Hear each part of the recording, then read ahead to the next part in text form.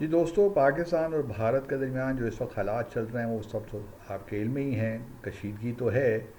اور اس میں اب جو ہے ایک بنیادی سوال یہ ہے کہ بھارت کے آبجیکٹیوز کیا ہیں اور پاکستان کے کیا آبجیکٹیوز ہیں۔ ہمارا تو آبجیکٹیو بڑا کلیئر ہے کہ ہم نہیں چاہتے کہ کوئی جنگ ہو، لیکن اگر جنگ ہم پہ مسلط کی جائے گی تو اس کا بھرپور طریقے سے جواب دیا جائے گا۔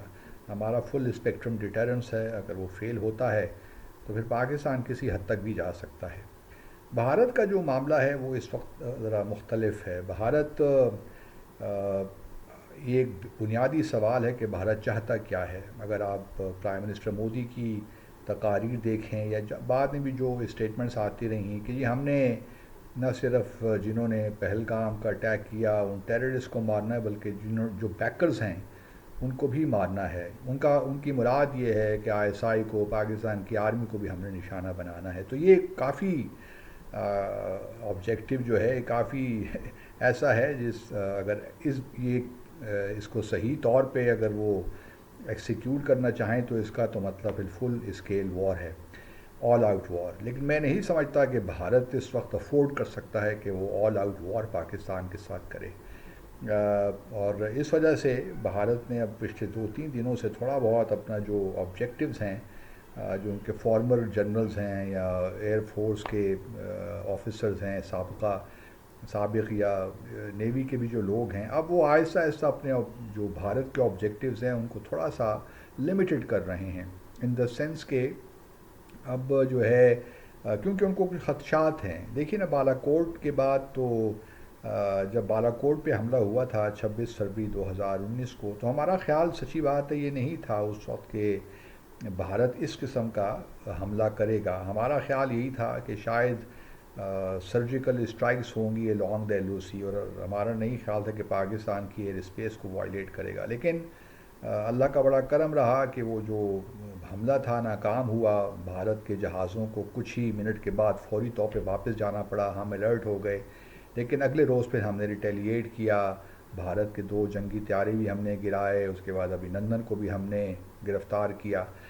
اب بھارت کا جو معاملہ ہے کہ وہ صورتحال ریپیٹ نہیں کرنا چاہتا جہاں اس کو دوبارہ امبیرسمنٹ ہو۔ اس وقت تو ہم چوکنا ہیں، ہم جہاں ایل او سی پہ ہم ہائی الرٹ ہے، وہاں انٹرنیشنل بارڈر سے بھی ہائی الرٹ ہے۔ ہماری جو کراچی جو نیول ہماری جو کوسٹ ہے، کوسٹل ایریا ہے، اس میں بھی ہم الرٹ ہیں۔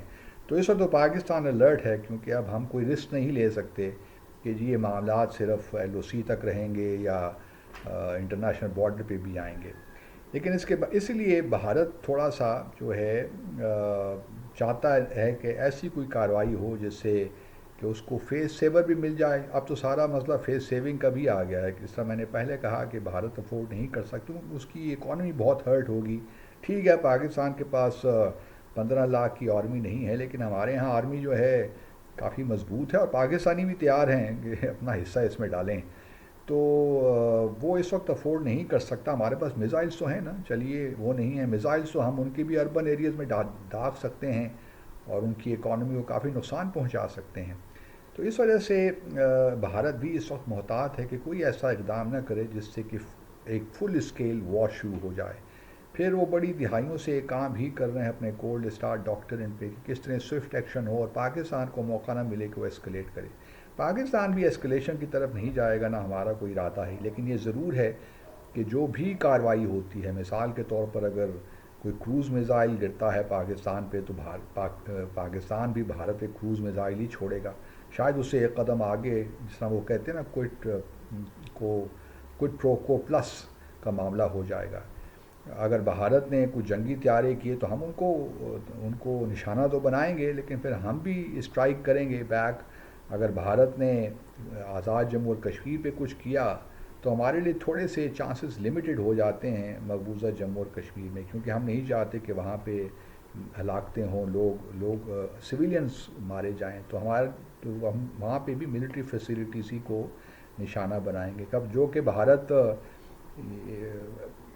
آزاد جموں اور کشمیر میں کچھ بمباری کر دے یا میزائلز گرا دے اور بہت بڑے بڑے کلیم بھی کرے گا کہ ہم نے یہ کر دیا، ہم نے وہ کر دیا، 2000 کے قریب ہم نے دہشت گرد مار دیے، ہم نے اتنے لانچ پیڈز تباہ، جو بھارت کا ایک نیریٹو ہے، لانچ پیڈز ہم نے تباہ کر دیے، اتنے کیمپس ہم نے تباہ کر دیے، تو بھارت اس پہ پھر بلڈ کرے گا. لیکن بھارت کے اس وقت جو عزائم یا جو آبجیکٹیوز ہیں، وہ بڑے اہداف جو ہیں وہ کلیئر ہیں کہ ایک لمیٹڈ ایکشن ہو، اور جو ڈومیسٹک کنزمپشن کے لیے لوگوں کو بتایا جائے کہ جی ہم نے نہ صرف ٹیررسٹ کیمپوں کو تباہ کر دیا ہے، بلکہ پاکستان کی آرم فورسز کو بھی نقصان پہنچایا. اس کے لیے شاید وہ جو ہے اپنی نیوی کو زیادہ استعمال کریں، کیونکہ اس میں شاید خطرہ کم ہوگا. لیکن اگر ان کی بھی ایک وار شپ ڈسٹرائے پاکستان کر لیتا ہے تو وہ بھی کافی امبیرسمنٹ ہوگی، اور پاکستان کے پاس الحمدللہ کیپیسٹی ہے. ہماری بھی وار شپس ڈسٹرائے ہو سکتی ہیں کراچی پورٹ کو، یا اور جگہوں پہ بھی بھارت کوئی نہ کوئی کارروائی کر سکتا ہے. لیکن اس کا تو پھر مطلب یہ ہوگا نا کہ فل اسکیل وار، جو کہ بھارت میں نے آپ سے کہا نہیں چاہتا. بھارت کے پاس تقریباً 250 سے 300 کے درمیان وار شپس ہیں. ہماری وار شپس کی تعداد کم ہے، 50 کے قریب ہے، لیکن اس سے بھی کوئی فرق نہیں پڑتا. یہ کوئی ہم نے فل اسکیل وار تو، لیکن یہ بھی ایک بات یاد رہے کہ جو کارروائیاں ہیں کیا وہ ایک دن تک محدود رہ سکیں گی، 2 دن تک محدود رکھ سکیں گی. بھارت کا پلان یہ بھی ہو سکتا ہے کہ کولڈ اسٹارٹ ڈاکٹرن سے باہر ہٹ کے پاکستان کو پریشان کرتا رہے، اور اس چھوٹی موٹی کارروائیاں جو ہیں یہ طوالت پکڑتی رہیں، پاکستان کو اکنامکلی ویک کرنے کی کوشش کرے.